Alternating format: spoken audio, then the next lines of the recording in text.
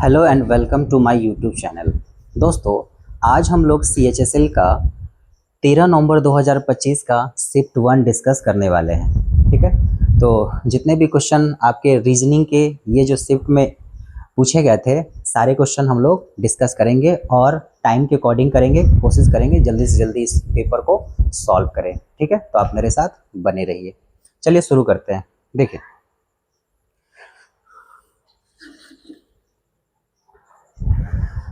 आज की क्लास का पहला क्वेश्चन आपके सामने है। देखिए, ये कोडिंग डिकोडिंग का क्वेश्चन है। बोला है कि कंप्लीट को ये लिखा गया है तो डिज़ाइन का कोड क्या होगा। चलिए देखिए, कंप्लीट का एक कोड दिया हुआ है। जैसे अगर आप देखेंगे यहाँ पे C का F है, O का R है, तो हम देखते हैं डायरेक्ट यहाँ से करके देखते हैं। C का F है तो C से F जाने के लिए हमें कितना जोड़ना पड़ेगा। देखिए, C का होता है 3, F का होता है 6, तो यहाँ हमें +3 करना पड़ेगा। O का होता है 15 और R का होता है 18, तो यहाँ भी क्या करना पड़ेगा, +3 करना पड़ेगा। देखिए, तो सब में प्लस प्लस 3 लग रहा है।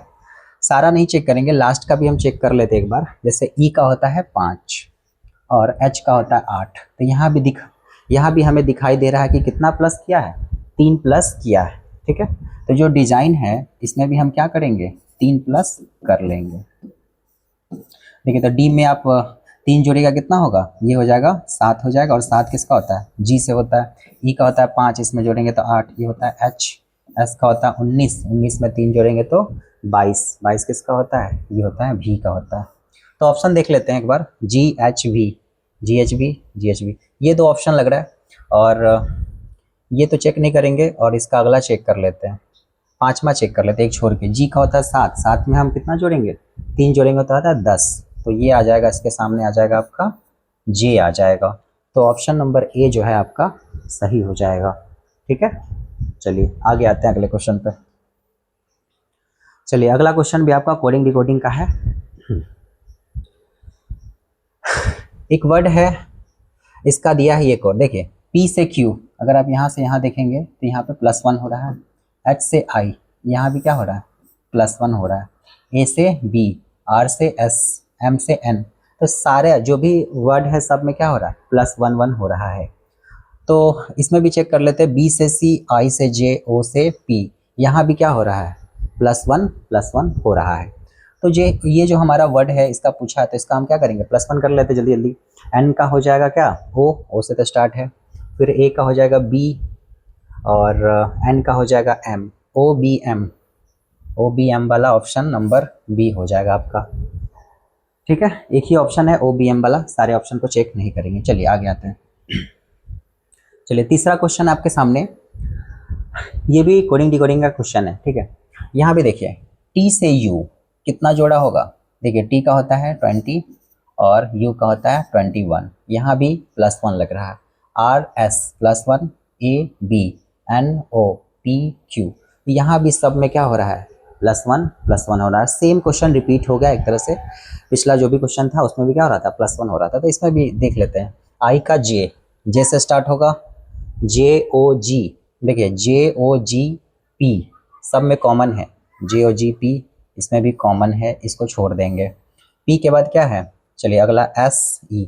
तो 5वां हम लेटर चेक कर लेते हैं। देखिए, पहला, दूसरा, तीसरा, चौथा, 5वां R में +1 करेंगे तो क्या होगा, S। तो ये ऑप्शन तो आपका कट जाएगा, ऐसा है नहीं इसमें, और ये ऑप्शन हो सकता है। ठीक है, और S के बाद N है, N के बाद B है। फिर हमें ये वाला चेक करना पड़ेगा। देखिए, पहला, दूसरा, तीसरा, चौथा, 5वां, 6वां, 7वां, 8वां लेटर को हम चेक कर लेते हैं एक बार। 1 2 3 4 5 6 7 8, टी के बाद क्या होगा, U होगा। तो U वाला ऑप्शन कौन सा है आपका, ऑप्शन नंबर A है। ठीक है, देखिए, जो भी ऑप्शन में हम क्या करते हैं, जो भी सेम होता है तो उसको चेक करने से फ़ायदा नहीं होता है। तो हम अपना टाइम बचाने के लिए जो ऑप्शन में अलग अलग है उसे हम चेक कर लेंगे, तो हम इसका आंसर इजीली दे सकते हैं। चलिए अगला क्वेश्चन। देखिए, ये जो क्वेश्चन है आपका, ये कथन निष्कर्ष का है, और इसमें एक स्टेटमेंट दिया हुआ है कि ई कॉमर्स के उदय ने खुदरा खरीदारियों को बदल दिया है।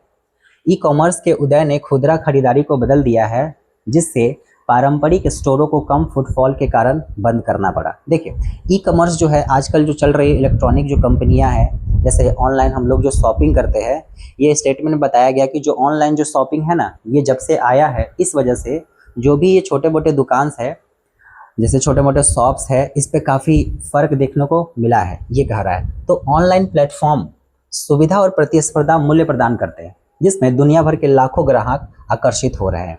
तो इसका कहने का मतलब है जो ऑनलाइन जो जब से आई है, ये मतलब छोटे मोटे जो दुकान है उससे काफ़ी ज़्यादा आपको सुविधा यहाँ पे देखने को मिलता है। ऑनलाइन प्लेटफॉर्म की बात करें तो ऑनलाइन में क्या होता है, आपके पास मल्टीपल ऑप्शंस होते हैं। ऑनलाइन आप घर बैठे, आपके पास बहुत सारा चॉइस होता है, आप घर बैठे क्या कर सकते हैं, कोई भी प्रोडक्ट देख सकते हैं, और जहां आपको प्राइस में डिफरेंस दिखाई दे आप उसको क्या कर सकते हैं, ऑर्डर कर सकते हैं। और ये भी सुविधा होता है वो घर बैठे ही आपके पास अवेलेबल हो जाता है डिलीवरी के माध्यम से, ठीक है। और अगर दुकान की बात करें, आप स्टोर्स पे जाते हैं तो आपको वहाँ पे जाना पड़ता है, ठीक है। तो ये सब सुविधा आपको ऑनलाइन दे रही है, तो जिससे ज़्यादातर जो लोग हैं ना आज ई कॉमर्स पे ये जो है मतलब शिफ्ट होते जा रहे हैं। हालांकि विलासिता वस्तुओं और ताजी किराना जैसी कुछ श्रेणियों में ग्राहक अब भी खरीद से पहले भौतिक जांच को प्राथमिकता देते हैं। देखिए, पूरी तरह से लोग ऑनलाइन पे डिपेंडेंट नहीं हो रहे हैं। जैसे मान लीजिए आपको ग्रोसरी का सामान लेना होता है या कोई महंगी चीज़ें आपको लेनी पड़ती है, तो आप क्या करते हैं, आप कोशिश करते हैं कि आप दुकान से ही ले। ऐसा इसलिए करते हैं कि जैसे सब्जी हो गया, फल हो गया, ये सब चीज़ हम क्यों दुकान से लेना प्रेफर करते हैं, क्योंकि जो सब्जियां होती हैं हम लोग फ्रेश लेना पसंद करते हैं, क्योंकि ऑनलाइन से आएगा तो वो उस पर कुछ डिफेक्टिव हो सकता है। इसीलिए हम चाहते हैं कि फिजिकली जाए, अपने हिसाब से उसको देखे और वहाँ से खुद लेके आएँ। तो इन सब चीज़ों में जो है कुछ लोग, ज़्यादातर लोग ये प्रेफर करते हैं कि वो शॉप से ही ले, ठीक है। तो पूरी तरह से हम ये नहीं कह सकते कि हम लोग ई कॉमर्स पे मतलब डिपेंडेंट हो गए हैं, ठीक है। और महंगी चीज़ में भी हम ऐसा ही करते हैं, क्योंकि एक्सपेंसिव चीज़ लेना है तो अगर सामने से देख के लेंगे तो ज़्यादा अच्छा रहेगा, ताकि हमें कोई डिफेक्टिव प्रोडक्ट्स देखने को ना मिले, ठीक है। अब देखिए, जैसे कुछ श्रेणियों में ग्राहक अभी खरीद से पहले भौतिक जांच को प्राथमिकता देते हैं, तो ये आपका स्टेटमेंट है, इसी के बेस पे हमें आपको इसका आंसर करना। देखिए, ये कह रहा है पहला कि ई कॉमर्स भविष्य में पारंपरिक खुदरा स्टोरों को पूरी तरह से प्रतिस्थापित कर देगी। क्या ऐसा है? ऐसा तो नहीं है, पूरी तरह से अभी भी डिपेंडेंट नहीं है। काफ़ी हद तक जैसे एक्सपेंसिव चीज़ में या ग्रोसरी वाले चीज़ में लोग आज भी मतलब खुदरा स्टोर पे ही विजिट करना पसंद करते हैं। तो ये कहना गलत है कि भविष्य में कि खुदरा स्टोरों को पूरी तरह से प्रतिस्थापित कर दी, ये बात आपका इस स्टेटमेंट के अकॉर्डिंग क्या है, गलत है। देखिए, ग्राहकों की पसंद उत्पाद की प्रकृति पर निर्भर करती है, ये बात सही है या गलत है? देखिए, हाँ, ये बात सही हो सकता है कि ग्राहक जो है वो अपने मतलब जो भी इंटरेस्ट है उस हिसाब से, या जो भी उनको पसंद है उस बेसिस पे उनका मतलब निर्भर करता है कि वो कौन सी चीज़ कहाँ से ले, ये ग्राहक पे पूरी तरह से आपका डिपेंड करता है। तो ये बात सही है। अब देखिए, ऑनलाइन प्लेटफॉर्म केवल प्रतिस्पर्धा मूल्य निर्धारण के कारण सफल है, तो ये हम नहीं कह सकते कि ऑनलाइन में प्राइस कम रहता है इस वजह से लोग जो है ज़्यादातर ऑनलाइन पे शिफ्ट हो रहे हैं। लेकिन ऑनलाइन के बहुत सारे फ़ायदे हैं आपके, ठीक है। ऑनलाइन का जो है आपका, जैसे अभी बताया हम आपको कि ऑनलाइन में जब भी आप शॉपिंग करते हो तो उसके मतलब आपके पास बहुत सारे मल्टीपल ऑप्शन होते हैं, वहाँ पे आप रेटिंग वगैरह देख के आप सामान ऑर्डर कर सकते हैं, ये सुविधा है। और घर बैठे आप उस सामान को मंगवा सकते हैं। तो हम ये सिर्फ नहीं कह सकते कि सिर्फ प्राइस के बेसिस पे हम इसका निर्धारण नहीं कर सकते, इसलिए वो सफल है। तो ये कहना भी क्या है, गलत है। तो इसका आंसर क्या हो जाएगा, दूसरा आपका सही हो जाएगा। तो देख लीजिए इस पे अनुसरण कौन सा है, केवल अनुसरण 2 करता है, ठीक है। चलिए आगे आते हैं अगले क्वेश्चन पे। चलिए अगला क्वेश्चन है, एक सिचुएशन दिया गया है, उसके आधार पे आपको आंसर देना है। देखिए, सिचुएशन है कि प्रत्येक वस्तु में एक स्थिति का वर्णन किया गया है, ये कहानी है। अब यहाँ से पढ़ते सिचुएशन क्या है। देखिए, कविता अपने भाई बहन की पढ़ाई में मदद करने या अपनी परीक्षा की तैयारी करने में समय लगा सकती है, और उसका भाई बहन संघर्ष कर रहा है और उसकी कल परीक्षा है। संतुलन निर्णय क्या होगा? देखिए, ये जो है आपका ये स्थिति है कि कविता का भी कल पेपर है और उसके भाई बहन का भी पेपर है, और कविता जो है उसके ऊपर जिम्मेवारी है कि उसे खुद का भी देखना है और अपने भाई बहन का भी थोड़ा सा ध्यान रखना है। तो ये केस है, ठीक है। और हमें बताना है कि सबसे बेटर ऑप्शन क्या हो सकता है। देखिए, इसमें पहला बोला है कि भाई बहन को अनदेखा कर पढ़ाई करना। अब देखिए भाई बहन जो है वो कविता पर डिपेंडेंट है, तो हम अपने भाई बहन को अनदेखा नहीं कर सकते। यहाँ साफ साफ बोल रहा है कि नहीं भाई बहन को अनदेखा करके खुद का करिए, ये तो स्वार्थ वाला बात हो गया ना, तो ये तो हम नहीं कर सकते, ये गलत लिखा हुआ है। दूसरा कह रहा है कि पूरे दिन भाई बहन की मदद करना। अब पूरे दिन हम भाई बहन की मदद करेंगे तो खुद का कैसे करेंगे, तो ये भी क्या है, ये भी इस स्टेटमेंट के अकॉर्डिंग गलत है। फिर बोला कि दोनों के लिए सीमित समय निर्धारित करना। ये चीज हो सकता है कि भाई दोनों का है तो कुछ टाइम हम अपने लिए निकाल लेते हैं, एक टाइम टेबल शेड्यूल बना लेते हैं कि भाई के लिए भी कुछ टाइम निकाल लेते हैं, कुछ अपने लिए भी निकाल लेते हैं, तो एक टाइम टेबल निर्धारित करना ये सही लग रहा है। और किसी और से भाई बहन की मदद करने को कहना, किसी और से क्यों कहना जाए, अब एग्जाम है तो कोशिश करेंगे कि हम ही खुद से कर दे तो ज़्यादा बेटर है, दूसरे पर निर्भर रहेंगे तो वो कैसे करेगा नहीं करेगा, तो ये तो भाई नहीं कह सकते ना, तो इसका क्या हो जाएगा, सी हो जाएगा। ठीक है, चलिए आगे आते हैं इसमें। अगला क्वेश्चन है, ये जो क्वेश्चन है आपका ये साइन वाला है, इसमें क्या करा है 9% टू $8% 7 का वैल्यू दिया। अब देखिए इसमें परसेंटेज का क्या अर्थ है, परसेंटेज का अर्थ है गुना, तो चलिए 9 गुने 2, डॉलर का अर्थ है आपका, डॉलर का अर्थ है भागा 8, और परसेंटेज का अर्थ है गुना, और ये 7। अब इसको क्या करेंगे, इसको सॉल्व कर लेंगे। चलिए पहले डिवाइड का काम होगा, तो 9 गुने 2/8 और ये हो जाएगा गुना 7। ठीक है, कटने वाला तो काट दीजिए, 2 चौका 8, ये हो जाएगा 9 सते 63/4 हो जाएगा। ऑप्शन में है, ठीक है, एक ही ऑप्शन है 63/4। चलिए अगले क्वेश्चन पे आते हैं। चलिए क्वेश्चन है, ये भी सिचुएशन बेस्ड क्वेश्चन है। इसमें बोला है कि एक समूह असाइनमेंट के दौरान एक सदस्य कम योगदान देता है लेकिन व्यस्त होने का दावा करता है। आप स्थिति को सामाजिक रूप से बुद्धिमानी से कैसे संभालेंगे। ठीक है, जैसे ऑफिस में काम दिया गया तो उसमें कुछ लोग जो है क्या कर रहे हैं, अपना कम योगदान दे रहे हैं, वो इस तरह से खुद को दिखा रहे हैं जैसे वो काम कर रहे हैं, लेकिन वो रियल में एक्चुअल में वो काम नहीं कर रहे हैं, बस खुद को ही शो कर रहे हैं बिजी होने का, वो एक तरह से नाटक कर रहे हैं। तो इस केस में हमें क्या करना चाहिए, देखिए पहला कि कार्य को स्पष्ट रूप से विभाजित करें और निजी तौर पर उनकी सीमाएं समझने के लिए बात करें तथा मदद की पेश करें। देखिए ये होता था, जैसे बचपन में भी हम ऐसे करते थे कि जैसे पढ़ने के लिए बोला जाए तो पढ़ते नहीं थे। अब ये पता चला कि चलो पापा आने वाले हैं तो क्या करते थे, पढ़ने बैठ जाते थे ताकि पापा के नज़र में हम पढ़ रहे हो, लेकिन एक्चुअल में हम पढ़ नहीं रहे होते हैं। ठीक है, तो वही चीज़ है आजकल ये प्राइवेट सेक्टर में भी होता है। लोग ये बस उसको मतलब जो भी 8 घंटे का टाइम होता है उसको टाइम स्पेंड करना होता है किसी तरह, बस वो ये दिखाते हैं कि हम काम कर रहे हैं, लेकिन एक्चुअल में कुछ लोग ऐसा नहीं करते हैं। सारे लोग के लिए हम ऐसा नहीं बोल सकते, लेकिन कुछ लोग ऐसा करते हैं। तो जब ऐसा सिचुएशन आए तो एक कंपनी को क्या करना चाहिए, देखिए बिना चर्चा के उन्हें बाहर कर दे। अगर कुछ लोग ऐसा कर रहे हैं तो आप उसके साथ डिस्कस नहीं करेंगे, डायरेक्ट उसे बाहर कर देना ये गलत है। समूह के सामने कड़ी फटकार लगाए, अब ऐसा कोई व्यक्ति कर रहा है तो उसको पूरे ग्रुप के सामने इंसल्ट करना ये भी क्या है, ये भी एक गलत है। ये बोल रहा है कि सारा काम स्वयं करे, तो स्वयं कैसे कर सकते हैं।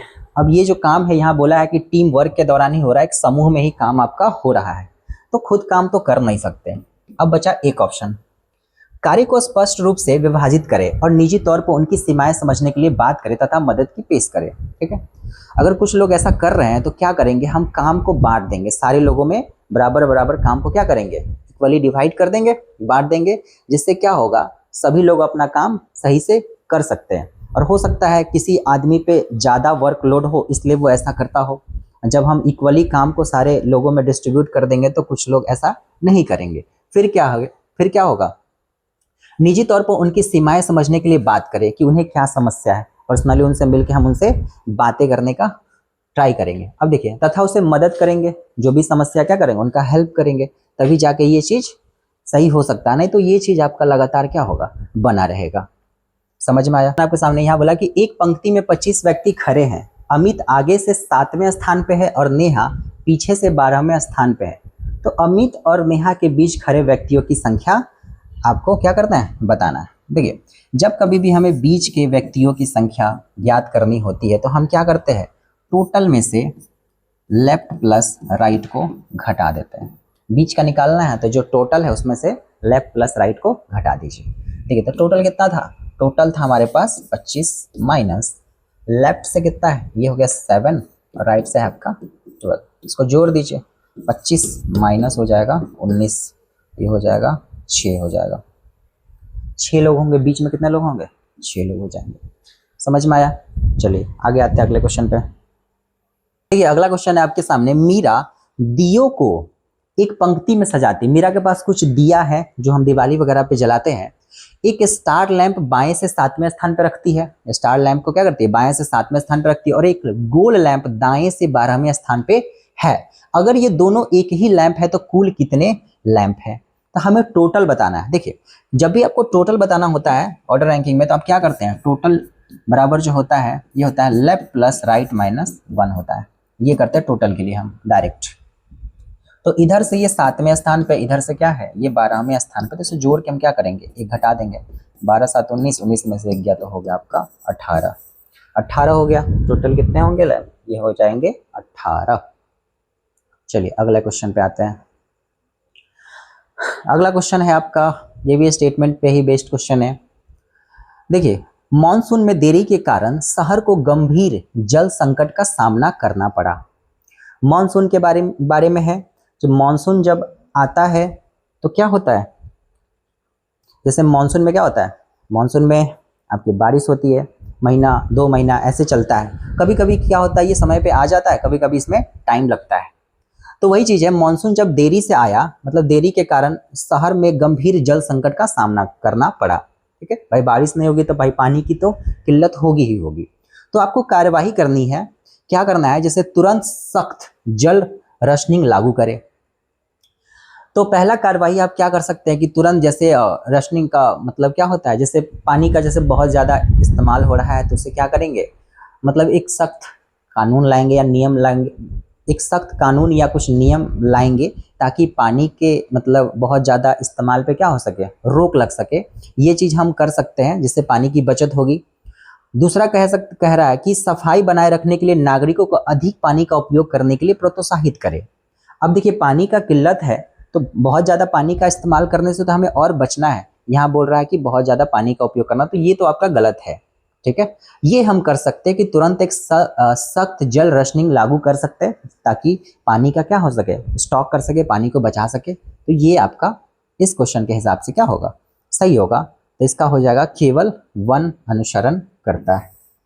ठीक है, चलिए अगले क्वेश्चन पे आते हैं हम। अगला क्वेश्चन है ये भी स्टेटमेंट बेस्ड ही क्वेश्चन है। देखिए क्वेश्चन बोला है कि मॉनसून के दौरान जल जमाव के कारण शहर में डेंगू के मामले में वृद्धि दर्ज की गई। अब बहुत ज़्यादा जब बारिश भी होता है तो क्या होता है, जल की वजह से कहीं कहीं पानी जमा हो जाता है। पानी के इकट्ठा होने की वजह से तरह तरह की बीमारियां फैलने लगती है।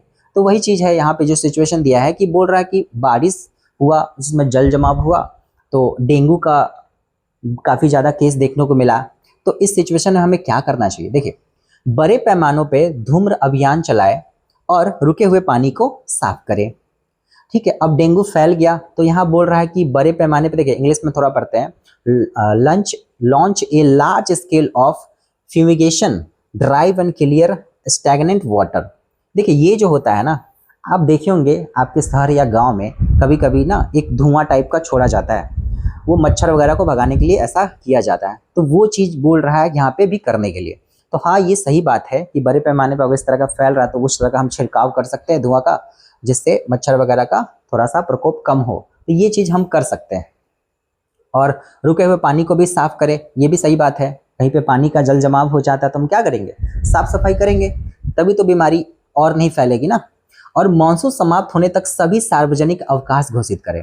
अब देखिए मानसून का क्या है, वो 1 महीने चल सकती है, 15 दिन भी चल सकते हैं, महीनों 2 महीना भी चल सकता है। तो इस वजह से हम ये नहीं कर सकते कि जितना भी सार्वजनिक काम है, जैसे स्कूल है, कॉलेज है, ऑफिस है, हम सबको बंद कर दे, छुट्टी घोषित कर देते। इससे तो काफ़ी नुकसान हो जाएगा ना हमारा। तो ये चीज़ हम नहीं कर सकते। और एक ही चीज़ हम इसमें कर सकते हैं कि ये हम कर सकते हैं और पानी को साफ सफाई करवा सकते हैं। तो दूसरा स्टेटमेंट क्या है आपका, गलत है। तो इसका आंसर जो है केवल 1 अनुसरण करता है। चलिए आगे आते हैं। चलिए एक सीरीज का क्वेश्चन है, इसमें बोला कि P है, M है, J है, G है। चलिए P का होता है 16, M का होता है आपका 13, J का होता है 10, G का होता है 7 तो देख लीजिए इसमें कितने का डिफरेंस है, इसमें 3 का है, यहाँ भी क्या है 3 है, यहाँ भी 3 है, तो इसमें भी 3 घटा लेंगे तो 7 में से 3 गया 4, और 4 होता है किसका, ये होता है आपका डी का होता है। इसका आंसर हो जाएगा डी हो जाएगा। चलिए आगे आते हैं अगले क्वेश्चन पे। ये भी सीरीज का क्वेश्चन है। देखिए BGMT, बी का होता है 2, जी का होता है 7, एम का होता है 13 और टी का होता है 20। चलिए यहाँ भी हम इसका डिफरेंस चेक करते हैं। ये 5, ये हो गया 7 6 13 6, और यहाँ क्या होगा 7।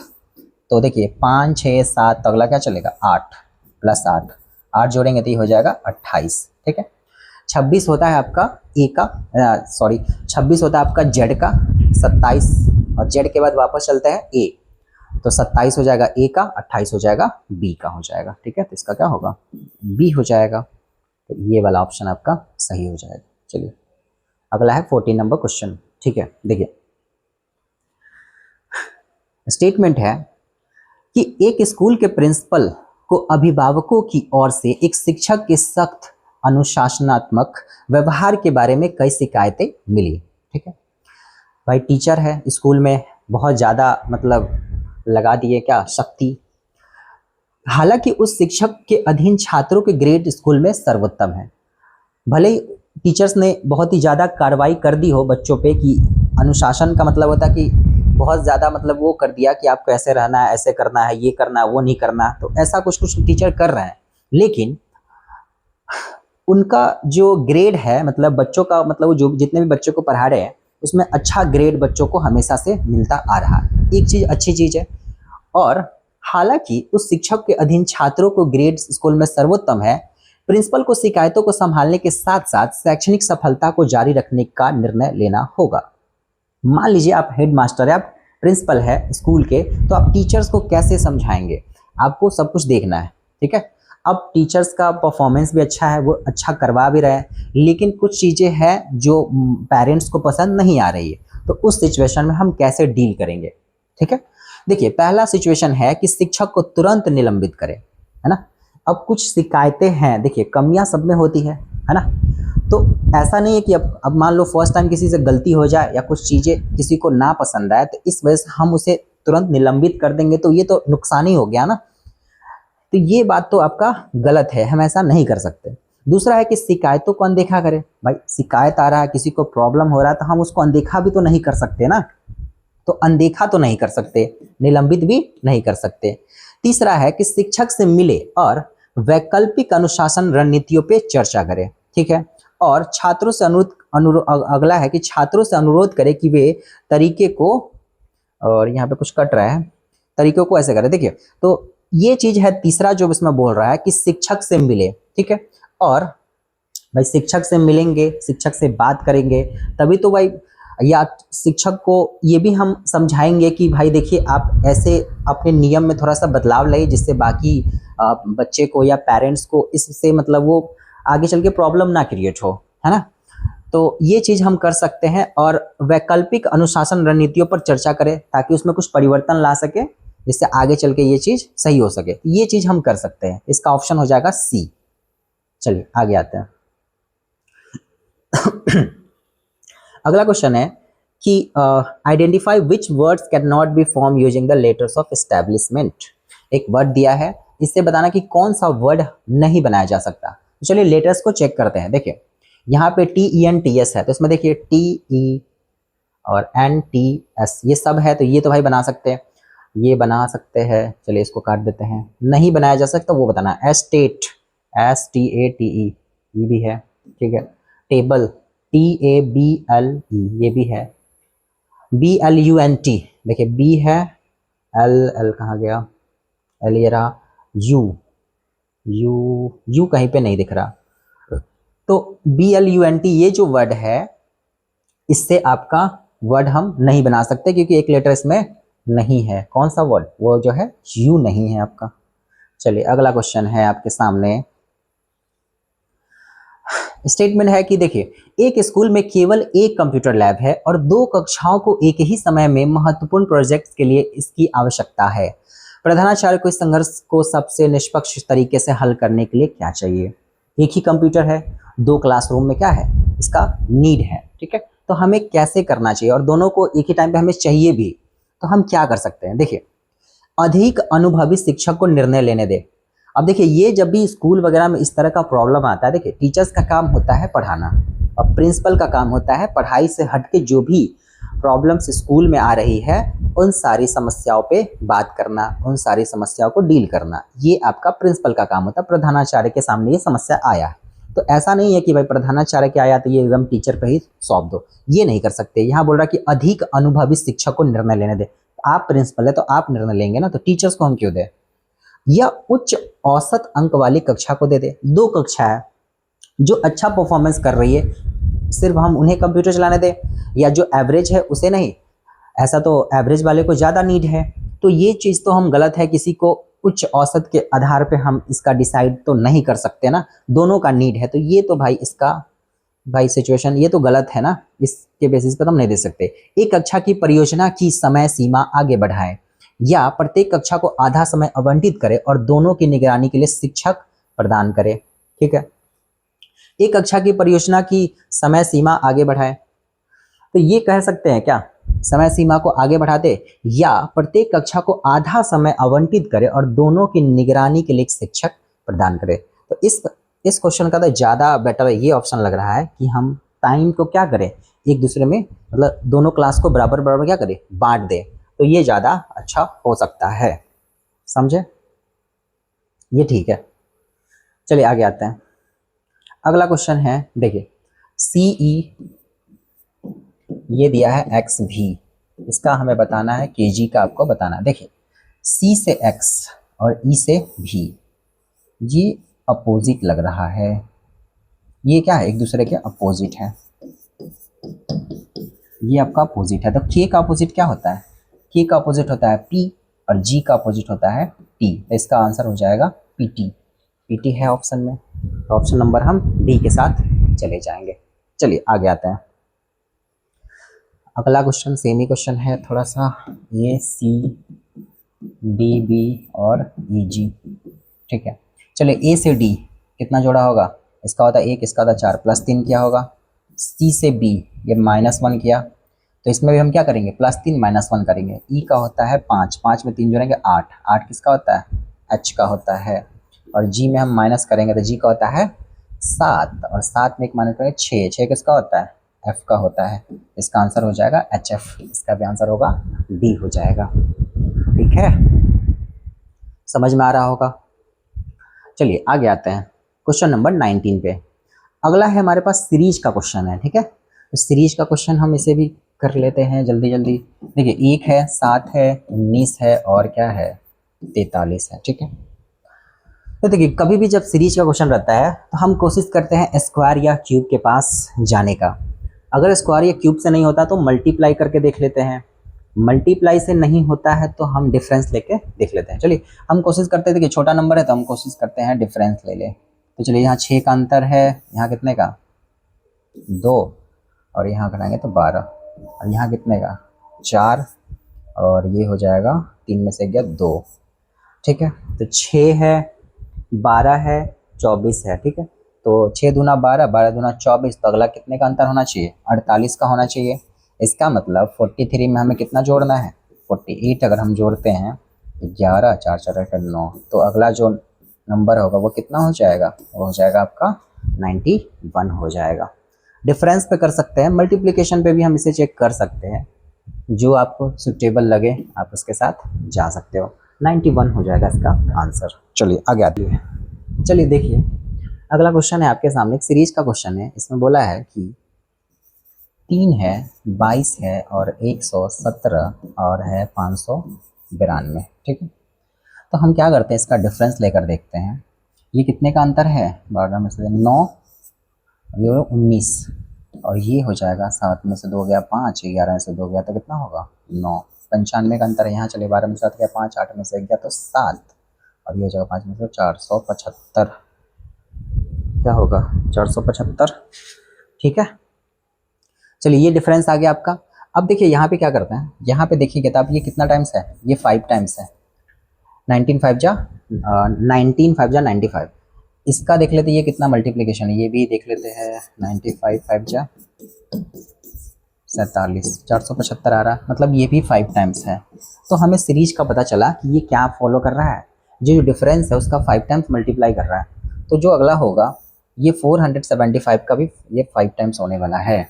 तो इसका हम 5 से मल्टीप्लाई कर दिए, 37 का साथ हाथ में 3, 5 का 20, 2375 आ रहा है ये। चलिए ये आ गया 2375। तो हम क्या करेंगे, इसमें जोड़ देंगे 2375 में कितना 592 को जोड़ देंगे। तो 5 2 7, 9 7 16, 5 3 8 1 9, 2 2967 आएगा। ठीक है, तो ये आप कर सकते हैं।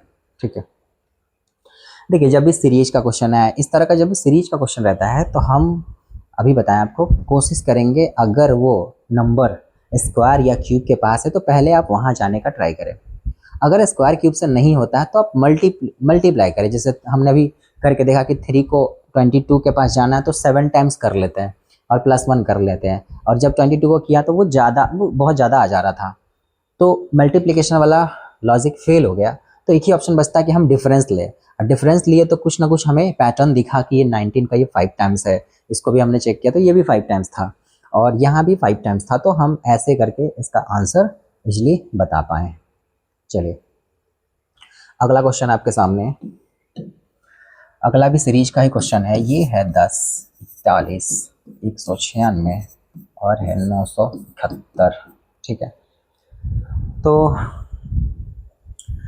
स्क्वायर के पास तो कोई नहीं है तो हम क्या करते हैं, मल्टीप्लाई करके देख लेते हैं एक बार। चलिए ये 10 का 4 टाइम्स लग रहा है, 4 टाइम्स करे +1 करे तो ये 41 आ रहा है। ठीक है, अगला देखते हैं, 41 को भी 4 टाइम्स करके देखते हैं। इसको ही +1 ही कर लेंगे, 4 1 जा 4, 4 16 होने हो जाएगा 65, 165 आ रहा है। तो ये तो 196 जाना है, तो ये 4 टाइम्स तो ये नहीं होगा, कोशिश करते हैं थोड़ा सा और बढ़ा ले।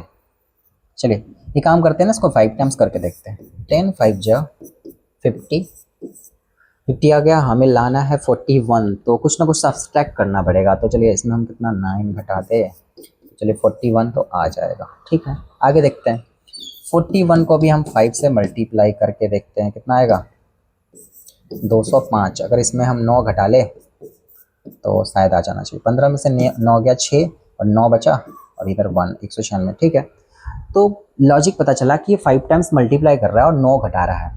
इसका मतलब 971 को हम क्या करेंगे, 5 टाइम्स मल्टीप्लाई कर लेंगे। 5 में 3, 9 बचे 45, 3 48 और इसमें से 9 घटा लेंगे, 15 में से 9 गया 6, 4 8, 4846 आपका आ जाएगा। है ऑप्शन है तो 4846 हो जाएगा। ठीक है, आइए आगे आइए, पेयर दिया है, बताना है कौन सा ऑड है, ऑड वन आउट का क्वेश्चन है। चलिए 12 और 19 डिफरेंस देखेंगे तो यहाँ 7 का अंतर है, 7 जोड़ा है, यहाँ पे कितना है 25, 5 और 2 7, यहाँ भी क्या है 7 का डिफरेंस, यहाँ भी कितने का है 7 का ही है, तो यहाँ 8 का है, 8 का डिफरेंस है, इसलिए क्या है ये अलग है। ठीक है, चलिए अगला क्वेश्चन साइन बेस्ड है, हमें इसमें रखना है। देखिए 12H7 ये है $3.10। चलिए हैच का मतलब क्या है, हैच का मीन्स दिया है मल्टीप्लाई, तो 12 × 7 और इसका कहा गया ये वाला सिंबल प्लस है, +3 और डॉलर का अर्थ है आपका -10 कर लेंगे। चलिए 12 सत्ते 84 +3 -10, 87 -10 करेंगे तो कितना आएगा, यह आ जाएगा आपका 77, 77 इसका आंसर हो जाएगा। चलिए अगले क्वेश्चन पे आते हैं, 2 क्वेश्चन बचा हुआ है हमारा।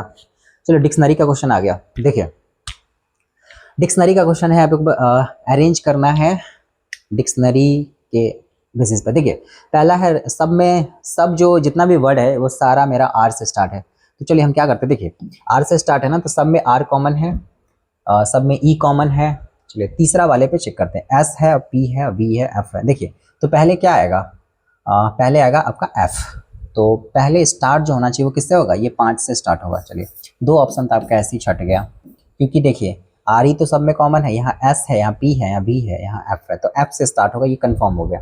चलिए 5 है, अब इसमें देखिए 3 है, 3 इसमें भी है। चलिए दूसरा को नहीं चेक करेंगे, 1 और 2 को हम चेक कर ले तो पता चल जाएगा। देखिए पहला और दूसरा में हम चेक कर लेते हैं। RES, ठीक है, P, पहले P आएगा तो इसका मतलब पहले क्या आएगा, 1 आएगा, तो 3 तो पहले से रहेगा ही, और 1 आ जाएगा आपका, तो 5 3 1 2 4 हो जाएगा इसका आंसर। ठीक है, ये इसका ऑर्डर होगा। चलिए अगले क्वेश्चन पे आते हैं। रेनबो, ये भी जितना भी वर्ड्स है ये सब R से स्टार्ट है, RA, अच्छा हाँ RA से है और I से भी है। चलिए RA वाला हम ऑप्शन पहले चेक करते हैं, RA। चलिए फर्स्ट और सेकंड ऑप्शन है, इसी में से पहले कोई होगा, फर्स्ट से तो सारा ऑप्शन स्टार्ट है। चलिए RAI, तो I पहले आता है ना, तो पहले 1 आएगा, ठीक है, पहले 1 आएगा। और 2 और 3 में हम चेक कर लेते एक बार।